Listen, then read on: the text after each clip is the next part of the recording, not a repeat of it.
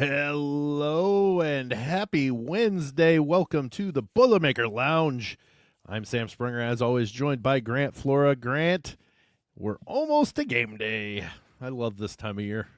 I know it's these few days like leading up to the first weekend are just such long days it feels like because you're just waiting for Thursday. And once Thursday comes, it's just so fun. And so to be here and you start getting a taste, we have some of these first four games going on and you're just like, "Oh, Thursday's coming," and then it comes and Yep. yeah, it's great.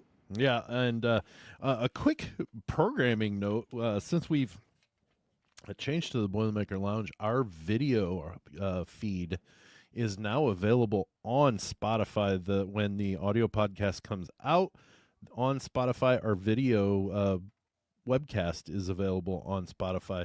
So you can watch us or you can listen to the audio podcast on Spotify, but then you can also listen to the audio podcast anywhere else you find your podcast. So if you're listening on Spotify, you could click the video and watch us talk, I guess. I don't know. Hey, why listen when you can watch and listen? You know? True, but Right? I'm a radio guy, so like I listen to my Cubs games on the radio. I Yeah. don't watch the games because then I can do other things while Yeah, I'm that's listening. true. Whatever suits you best. Yep, that's what I try to do. All right, well, we've got a game to preview. The Purdue Boilermakers. They're not the exact. I don't think they're the very first game, but they're one of the first early tip-offs of the NCAA tournament 2025. They take on the High Point Panthers.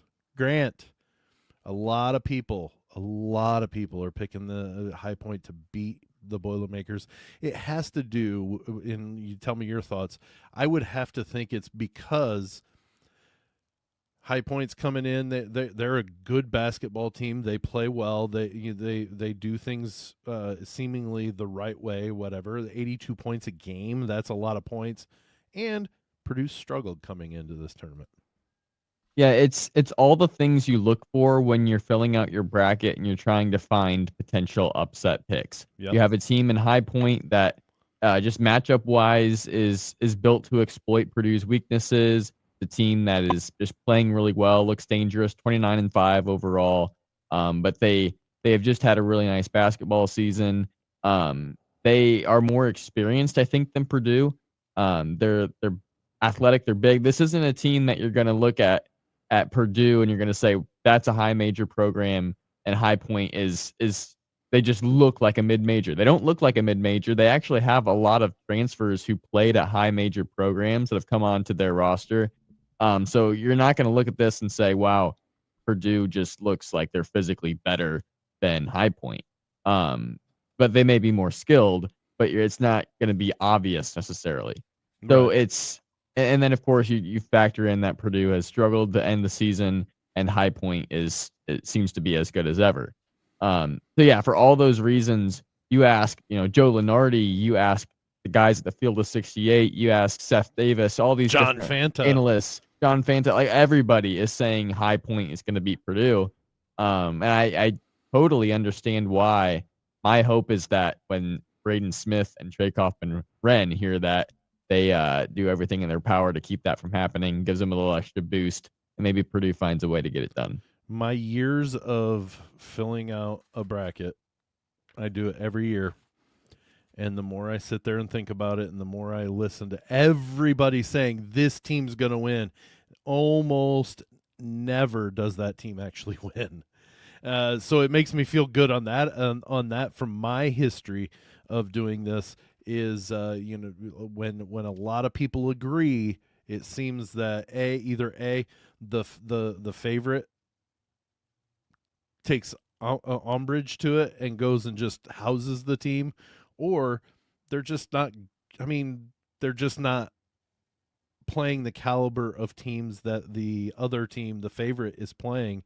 So when they play together against one another, it just turns into something bad. You remember a couple years ago when Purdue drew Yale? That was a very nice pick to pick as an upset because Yale was a good basketball team. They came in against Purdue, and Purdue didn't let them take over. And So I I can understand why a lot of people want to pick High Point over Purdue. I just don't know. I mean, I'm looking. They've got three guys that average in double figures. They've got a big man. They've got a 7 footer, and oh, goodness, I apologize if this is incorrect, but is it Juslin uh, Bodo Bodo? Bodo Bodo? Bodo is Okay, how you Bodo say it. Bodo. Okay.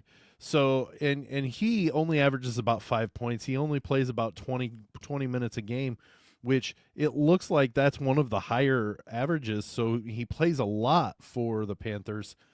I just don't know if he's not a big dude, so he's not built like, somebody that we would know, like maybe Zach Edey. But he's 240, so he's kind of lanky a little bit. I think that is a good matchup for Trey Kaufman Wren in the fact he's not going to necessarily overpower him. Yeah, I think he's also the only player that has any type of legitimate size. Everybody else Right. that will play is gonna be like 6'8" or somewhere 6'7", in that range. 6'8", that Yeah. range. Yep. Um, he can block some shots. Bodo Yeah. Bodo can, and I don't think Trey Kaufman Wren will see that as an issue because he's gone up against so much more difficult bigs throughout the Well, he Big Ten. practiced And for 2 he's years with Zach Edey. right. Like he can score on anybody. But I think some of Purdue's guards or people that might want to drive, they might see some of that. Caleb First, I mean, it feels like every time Caleb First goes up at the rim, he gets it blocked somehow, and somehow it's not a foul. So like you could see that sort of deal with his rim protection. But yeah, I don't see him as a major offensive threat just because again he only averages 5 points a game, and then everybody else is a little smaller. So I like that. This is going to be a high scoring basketball game. Both of these teams have great offenses and do not have great defenses, really, is what it's going to be. And part of me thinks that this will be a team that's easier to take advantage of than some of the Big Ten teams, and Purdue can maybe force some turnovers or their guards will have a better time. But at the same time, High Point has played really well, and they're playing against a defense that is not typical of a 4 seed or even an NCAA tournament team.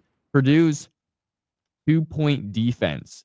But the percentage of 2-point field goals that they allow to be scored, like their 2-point field goal percentage on their defense, ranks 350th in the nation. There's like 13 teams across the entire Division I college basketball that have worse 2-point defense than Purdue. And Purdue's a 4 seed in this tournament. High Point's gonna be able to score inside if they get there. So that was what I was going to say, is if they can get there. That's the thing is right. Can they get down there into it? Yeah, and that's why I think I said this on our last show that I think Purdue's defense in this tournament has got to really emphasize forcing turnovers because they're not doing a good job keeping teams out of the paint, and they're emphasizing it. Like they know they got to keep them out of the paint, and they're just not getting it done. So instead, you got to start just taking that ball away before it even has a chance to get there, which is why you got to force those turnovers. And it worked for them when they were playing their best basketball of their season, which was like the first half of the major Big Ten season. So I think if Purdue can get back to that, that'll be a great way for them to get out to a nice lead in this game and end up winning fairly comfortably. And it'll help them throughout the tournament if they can win a game or two. High Point has won 14 in a row, and in those 14 games have only scored have scored less than 80 only twice. One of them in the semifinals of the tournament or their conference tournament, where they beat Radford 76-73, and then way back on January 18th, they beat Presbyterian 77-66. Every other time they've been in the 80s. They've scored over into the 90s once and scored 100 points one time in overtime against UNC Asheville. So, yeah, they can put points on the board. And I'm looking at the rest of their schedule, too, but which I was just going to the win streak. They don't score under 80 points a lot. Not at all. Yeah, I mean, it might take 95 points to win this game in regulation. Right. But I think Purdue can do it against a defense like Braden Smith, Pickoff, and Wren. They are not going to be uncomfortable in this game. I've heard some different people talk. High Point does likes to play drop coverage, or at least they aren't going to pressure and force turnovers, Yeah. which should play right into Braden Smith's hands, even Fletcher Lawyer. Like these guys should have everything they need to succeed offensively. And if that's the case, then I have no problem believing Purdue can score 95 to 100 points on these guys if they shoot the basketball well and do what they've been able to do all season. Now, that's still a bit of an if, given what we've seen these past few games with their inconsistent shooting and whatnot. But it does ease my conscience a little bit just knowing they're going to be able to score. It just comes down to how they can find a way to defend. Yeah, and I think the bench play. I know we only played 2 games, and one game we ended up getting blown out by Michigan. The bench play seemed to be a little bit better than what it has been going into the tournament. So that gives me hope that it's coming, and you get a game under your belt against a team you should beat. I'm not saying the team you're gonna beat, but a team you should beat. And if you can show some progression against High Point, then moving into the second round against Clemson and McNeese, it's going to bode well for you going forward. Yeah, I agree that the defense preventing. Here's the biggest thing, Grant. If you can slow down the the way to the hoop and limit those point blank gimme shots that nobody's going to miss, and 350th is not good at all. But if you can do something, and you know what, if you can change it for 2 weeks, 3 weeks, whatever, it could, even just a little. I'm not saying check it off the list, saying, oh, it's no longer a problem. It's, hey, we got better each game that we played. Then I think, there are some teams that are going to be in some trouble, especially. Yeah, I will never think that the Boilermakers will shoot like they did against Michigan again, or on regularity. Let's say it that way. Yeah, it'll be interesting to see like the CJ Cox find his rhythm. He really didn't do anything in the Big Ten tournament, and that was one of the concerns even that Dustin brought up when we talked to him before the Big Ten tournament was, can these freshmen settle in? Jakari Harris did. Jakari Harris had a nice game against Michigan, made some plays. CJ Cox really didn't do a whole lot. And so if he settles in, that's huge for Purdue, especially if he's going to keep starting and playing heavy minutes. Fletch and Braden, I have to think will shoot well. And then, it comes down to like Heidi Colvin, who played well in the Big Ten tournament. We have every reason to think they'll at least come out and be solid in this NCAA tournament, maybe even better than that if they step up. But I think it's still in Purdue's hands here. Like, if they play their game, they're going to be able to beat High Point. But if they don't play their game, High Point can do enough to disrupt them that they're not going to get away with it. Yeah, it could be and it's a legit thought. Is this could be a quick out for Purdue. They got a draw that that on paper doesn't fit well for them. But we also know that you don't play your games on the paper. You play them on the court, and quick foul trouble, not against the Boilers, on for High Point, could put them in a completely different mindset and a completely different flow. If Bodo gets into a foul trouble against Kaufman-Wren, because here's the thing, he can essentially do just about anything he wants within 7 to 8 feet of the rim. That he's that advanced and that good at this point, that he can do just about whatever he wants at that point. If he can get Bodo into some foul trouble to where he's no longer at a rim presence, then guess what? Purdue's got the same thing that they're giving up. They're giving up maybe some closer shots and a higher percentage. Purdue gets that advantage potentially too. Yeah, it'll be interesting just to see how the whistle goes. Like, are they calling a lot of fouls or not? Because this High Point team's a deep team. They've got 10 guys that average 13 or more minutes. Yeah. Foul trouble, if it's going to be a lot easier for them, I think, to be able to play the next man up kind of mentality where a guy gets 2 fouls, they can just bring in the next guy and not lose a whole lot. Whereas if Trey Kaufman-Wren picks up 2 fouls in this game, the first half, or picks up 4 early in the second half, or whatever it may be, have to sit on the bench for an extended period of time, that is going to be really tough for Purdue. And we saw Matt Painter do his little offense defense substitution in the Big Ten tournament, which worked really well. But it's still, I think, there's rhythm issues. There's the fact that he could get stuck for a few possessions, I anything like that. I don't disagree with that sentiment that you ended right there with, but it almost makes me think that maybe he was prepping, not necessarily, he didn't know they were playing High Point. Don't get me wrong, but he knew they were going to be a high enough of a seed that maybe he was thinking, you know what, maybe we can get Berg in here, get some action against some really good offensive players to where he's got to play some rim protection and play some defense.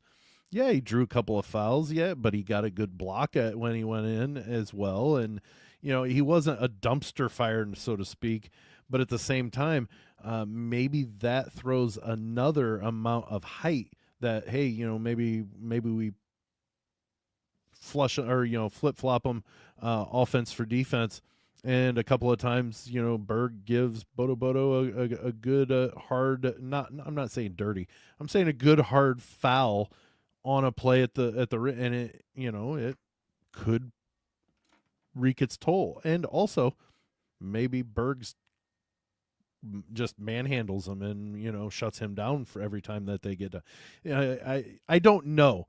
I'm not going to try to play the guessing game or the game of this is what he was doing. I don't know, but it wouldn't shock me either because we talked about the fact that the Big Ten tournament, while they play the games and want to win them, there's an ability to make adjustments and try some things out in an environment of a lose and go home. Yeah, it's again, it's going to be interesting. Will Berg, I would love to see him come in and do some good things for a few minutes. Yeah, we've seen these last few years where Matt Painter will kind of save a guy that maybe puts in a lot of DNPs. Last year it was kind of Colvin. The year before that it was Brandon Newman. These guys that were in the rotation early on, then fell out of it, but then come Big Ten tournament, NCAA tournament, they get back into the lineup and they do some things that really surprise some people. And my best guess is that it's supposed to be Will Berg this year because nobody else fit that role yet. He hasn't done quite what Colvin and Newman did the previous 2 years, but at the same time, just checking into the game, hitting that blocked shot, like you said, against Michigan. I would love to see him be able to provide a few more minutes where he gets a couple baskets, maybe catches a lob and throws it down, makes a couple of those explosive plays. Like any type of those plays that just are kind of bonus plays where you weren't expecting it because he doesn't come in very much, but he gives you something, and it just kind of boosts the team overall because of that. Yeah, I'm excited because of the whole pageantry, pomp and circumstance of the entire NCAA tournament. But then when your team is one of the first ones to play, it's like, all right, let's watch this and get it going. I'm excited for that. But I'm a little apprehensive. I'm not going to say nervous, even just apprehensive of which Purdue team's showing up. Are the lids going to be off the hoop? Unlike in India, it seemed like they could have been standing right on top of the hoop and dropping it, and it was not going to go in. That's how well their shots were going down against Michigan. But I'm really excited because I think, and you'll learn why here in just a minute because we're going to go over our brackets. I really think I'm more excited because having seen these guys play, you kind of know what they could do. And a 4 seed is not a horrible seed to where it's an insanity thought to say, and I'm not saying I did, but to take them to the Final Four. Because they've shown flashes of being a top 10 team and the capability of beating a top 2 team, having beaten Alabama. So I think that I'm really anxious to get this going just because I want to see this Purdue team that was supposed to be a bad team or not be very good this year because of losing Zach Edey, kind of stuffing it at everybody's face saying, yeah, we weren't just the big man, even though we loved him. We loved having him here, and he was a big part in what we did. We're still a good basketball team. Yeah, and this has got to be the least amount of pressure a Purdue basketball team has had in the Yeah. NCAA tournament in quite a long time. Because the Final Four monkey is off the back, and now nobody expects them to do anything. Like people are thinking they're going to lose first round. At most they think they'll make the Sweet 16 and play Houston, and then probably get slaughtered. I mean, that's kind of the best case scenario for most people right now when it comes to Purdue. Yeah. So to not have that pressure whatsoever, but to still have the best point guard in college basketball, which goes a long way in the tournament, to have a big that can average 20 points a game and can score on anybody, and to have some guys around him, have Matt Painter at the helm, that does kind of turn into a dangerous team if they can get it rolling and find a way to gain some momentum. And they can. It is definitely within, not outside the realm of possibility. Like they really could get going, and it's exciting for me to be on the cusp of wanting to cover these, and talk about them in depth. I really think we could be in for a long NCAA trip or tournament, and I'm very very happy and very very just I'm all about it. Let's do it. Yeah, yeah. All right. Well, let's move for the last few minutes here. We've both kind of thrown together a bracket from the opening rounds or the first rounds all the way through the finals. Grant, we're not going to go through each bracket or each matchup or anything like that. But do you have any of your Big Ten teams losing in the first round? Let me take a quick look here. I'm honestly not sure that I do. I think I have everyone going at least one game. Okay. Well, I have Uh, one losing in the first round, and it's my biggest question about whether or not Michigan used too much too early. And they yeah. had a really bad draw with UC San Diego. The Tritons are a really good basketball team. A lot of people like them, not just to win against Michigan, but to also advance to the Sweet 16. That's how good they think that UC San Diego is. Um, the biggest thing, like I said, is I wonder if Michigan used too much too early, and they're not going to be able to get that back. I'm not saying that they're I definitely don't think they will. Obviously, I've got it written down that I don't think they will, but I could see them winning 2 to 3 games in the tournament. But with this, I just UC San Diego has I think a 15 or 16 game win streak. They're 30-3, and I mean, like, they're just a really good basketball team. So I have them beating Michigan. And that's the only Big Ten team I have losing in the first round. Yeah, I can totally see that. I have played around with that matchup a lot. I feel like it's kind of 50-50. Certainly Michigan could be Most tired from that Big 5-12s Ten are, tournament. Grant. Yeah, yeah. I mean, it's a 5-12. Like everything screams upset alert. Right. They got the fatigue from Michigan. But I think they're playing good enough, and I think that with Dusty May as the coach, you've got the Twin Towers that are going to make life difficult for a mid-major. Sure. And if Trey Donaldson plays well and that backcourt plays well, Michigan is a completely different team. I still have them advancing. It also feels like one of those matchups, kind of like Purdue High Point, where everyone wants to pick the Yeah. upset, and it might just not end up happening. I had to pick But 5-12 to a 12 to win, and this was one of the yeah, two that I picked. I would not be surprised. Actually, I also could see Liberty beating Oregon, and I know that might be less popular, but I think Liberty is a solid team, and I'm not sold on Oregon, honestly. They have Shellstad, he's been good, but Biddle to me doesn't seem like as a super scary NCAA tournament player, Yeah. and I think Oregon's overseeded. I didn't necessarily think they should have been a 5 seed, to be honest with you. And I'm worried that Liberty will take advantage of that and potentially knock them out early. But I know that's a less popular pick. Yeah. And I'm not sold on that one, but that was one of the, I almost think it's more likely, in my opinion, Liberty beats Oregon than San Diego over Michigan. Just looking at like my gut and what is going to happen, not necessarily looking at it on paper in the matchups, but just kind of my like instinctual gut reaction, actually. Okay. Next thing is Do you have Colorado State winning? I do because of Ethan Morton, the Boilermaker connection. Actually, the Rams are playing pretty darn well. Memphis has got some injuries. That's a 5-12. I took that one. Just real quick, did you pick that or did you take Memphis? I did take Colorado State, actually. Okay. So I have them then subsequently being beaten by Maryland in the next round. So how far do you have the Purdue Boilermakers going?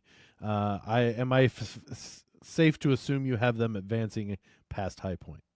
I am going to take them over High Point. I've been 50-50 on this. Like sometimes I tell people, man, I think they're going to lose first round because just everything that we talked about. Yeah, right. But I do, the more I think about it, the more I'm like, I think Braden Smith, Trey Kaufman, Wren they'll just be more solid than what people are giving them credit for, and they'll get past High Point. But I had them losing to Clemson because I think Clemson is better than most people realize, even though they lost to Louisville in the ACC tournament. And I think that, again, they have that Elite Eight experience. I think most people forget they made an Elite Eight last year, and they bring back some of those players, and they just seem like a more solid team at times than what Purdue has. And I think they're gonna, if they can get past McNeese, which that's a big if because McNeese is another really strong 12 seed. But if Clemson gets back past McNeese, I think Clemson probably beats Purdue in the second round. Well, hopefully we have a better preview than that. Yeah, no, actually we won't have a show in there probably. Actually, we'll talk about that here before we sign off. We'll talk. Go ahead. Sorry. Yeah, but I was just, that's basically what it was. I just think Clemson can probably defend Purdue. I guess I would say Clemson can probably defend Purdue better than Purdue can defend Clemson, and that probably makes a difference. I don't disagree that Clemson is a good 5 seed. I have them beating McNeese. I have the Purdue Clemson matchup in the second round. I think you talk about Clemson being an Elite Eight team last year, and they have some pieces from that team coming back. Well, the team they'll be playing, Purdue, has players from the national championship, a Final Four and a national championship team. So they have just as much of an experience. I think Trey Kaufman-Wren is markedly better than he was last year. So he's, plus he has that experience. I have Purdue actually moving on to the Sweet 16 and then also beating Houston in the Sweet 16. I have them then falling to Tennessee in the Elite Eight, a rematch from last year's Midwest Regional Final, but this time the Vols get the better of the Boilermakers. So I have Purdue advancing to the Elite Eight and losing to Tennessee in the Elite Eight to go to the Final Four. That would be actually a really interesting story. Purdue, Tennessee in Indy for a chance to go back to the Final Four, and this time Tennessee gets it. Honestly, if Purdue doesn't make the Final Four out of the Midwest this year, I am totally rooting for Tennessee because it kind of felt almost. You better watch what you're saying. That's almost fighting words right there, pal. Here's why. Because I feel like just Tennessee losing to Purdue last year when they had Dalton Connect, and they've never made a Final Four before. Right. I think this season, I think they get it done, and they're actually my pick to make the Final Four out of the Midwest. Kind of like yours. But I have them doing it over Houston. But it just feels like this year has got to be the year for Tennessee, and I would be happy to see them make it, even though I know, Purdue and Tennessee have played a lot. Purdue's also gotten the better of Tennessee a lot, and that's been fun as a Purdue fan. But if Tennessee were to make the Final Four, especially if it were to be against a team like Houston, I'd be fine with that. I'd be rooting my brains out for Purdue to beat Tennessee, but I would be disappointed that the season was over and that they lost, but not at the fact that they lost to Tennessee, I guess is the best right. Not like if it was UConn and Danny Hurley or anything like that. Like if they were to play UConn again and lose to UConn, I would not have been happy. I was scared at some point that Purdue might play UConn. I'll play UConn again this year. Well, scared but excited because I would have been excited that means it's in the to play final them game. and beat them.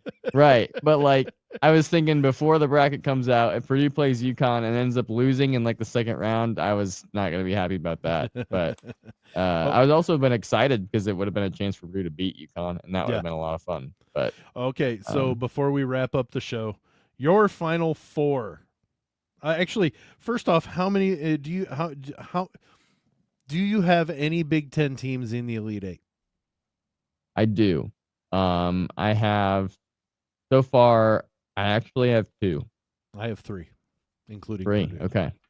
Okay. I'm guessing we have the same ones, other than I have Probably. Purdue as well. Probably. Go ahead. Yeah.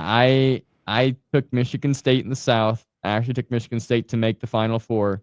Actually, I took Michigan State to be the national runner-up, and then I took Maryland to the Elite Eight to beat Florida in the Sweet 16.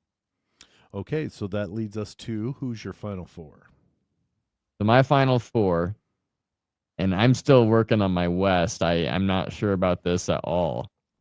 My Final Four is Michigan State out of the South, Texas Tech out of the West, Wow. beating Maryland, Grant McCasland and Texas Tech. I think if they can get healthy and they can figure things out, I think they can actually get out of that region, which they're kind of my West is kind of my breakdown region where I see some upsets and the top seeds don't move on. But anyway, out of the East, I have Duke. I think Duke's too solid as long as Cooper Flag is relatively healthy. I think Since there's he's no broken tough. bone in there, I think he's going to be fine. Yeah, he's such a tough guy and a competitor. Like, Right. not gonna affect him too much. And then I have Tennessee out of the Midwest. So Duke versus Tennessee, Michigan State versus Texas Tech. So hold that thought then. I will give you my Final Four. I have Michigan State coming out of the South region. I have them beating Auburn in the Elite Eight.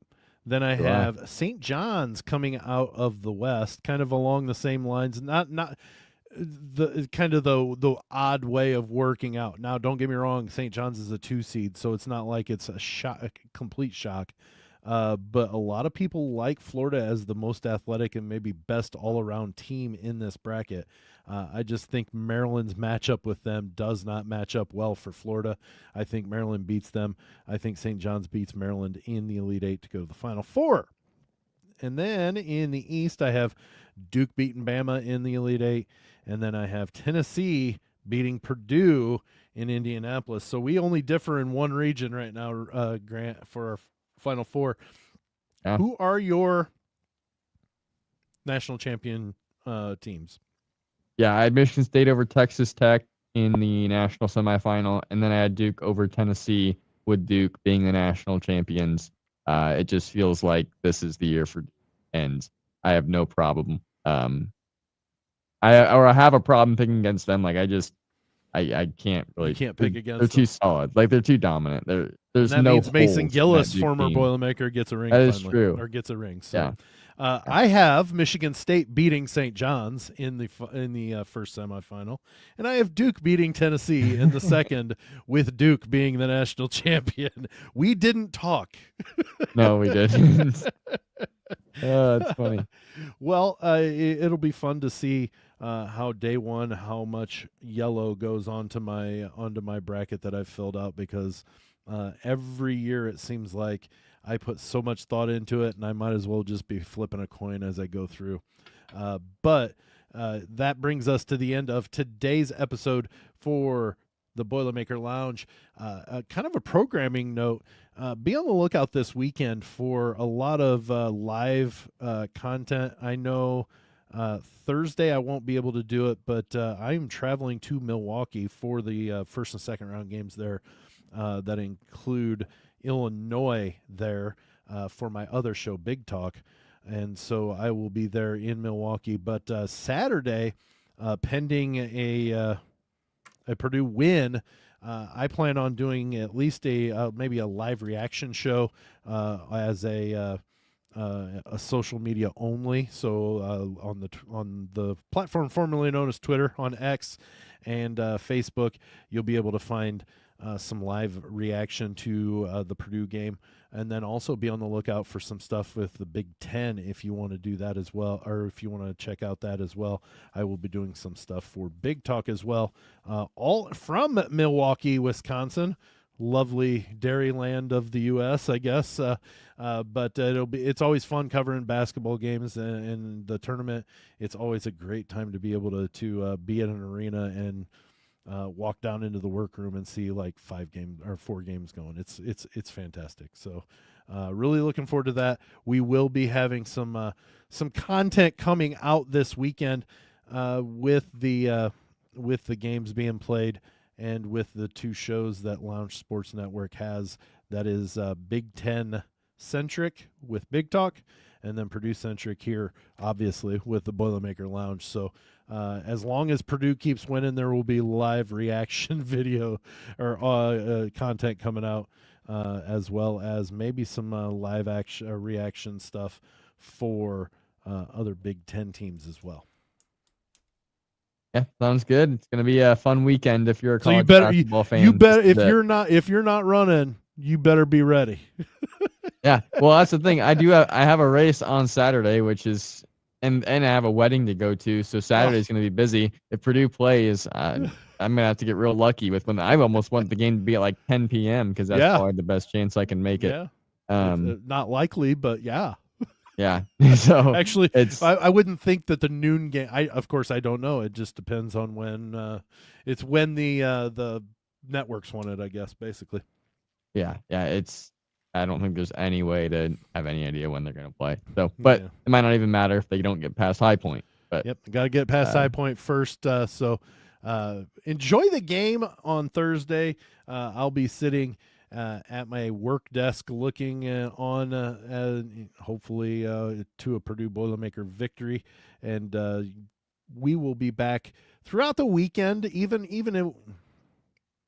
with a loss, we will probably do something this weekend to address that, but we'll have a complete breakdown of the games. I'm just going to talk it into fruition, Grant. The games on Monday. We'll have reaction for those, and hopefully talking about a Sweet 16 matchup with probably Houston. But that's who we're hoping for and what we're hoping for from the Boilermakers this weekend. But we will be the reason why I jumped into that was because I'm not sure how Friday is going to work, because I've got something going on Thursday, and then Friday morning I'll be driving. So I don't know that we're going to have a Friday show. There will be some content that comes out that addresses the High Point game in some fashion or manner, but we'll fully break it down on Monday. Sounds good. All right. Well, thank you so much for joining us for the Boilermaker Lounge. For Grant Flora, I'm Sam Sprunger. We'll see you on Monday. Well, this weekend and Monday.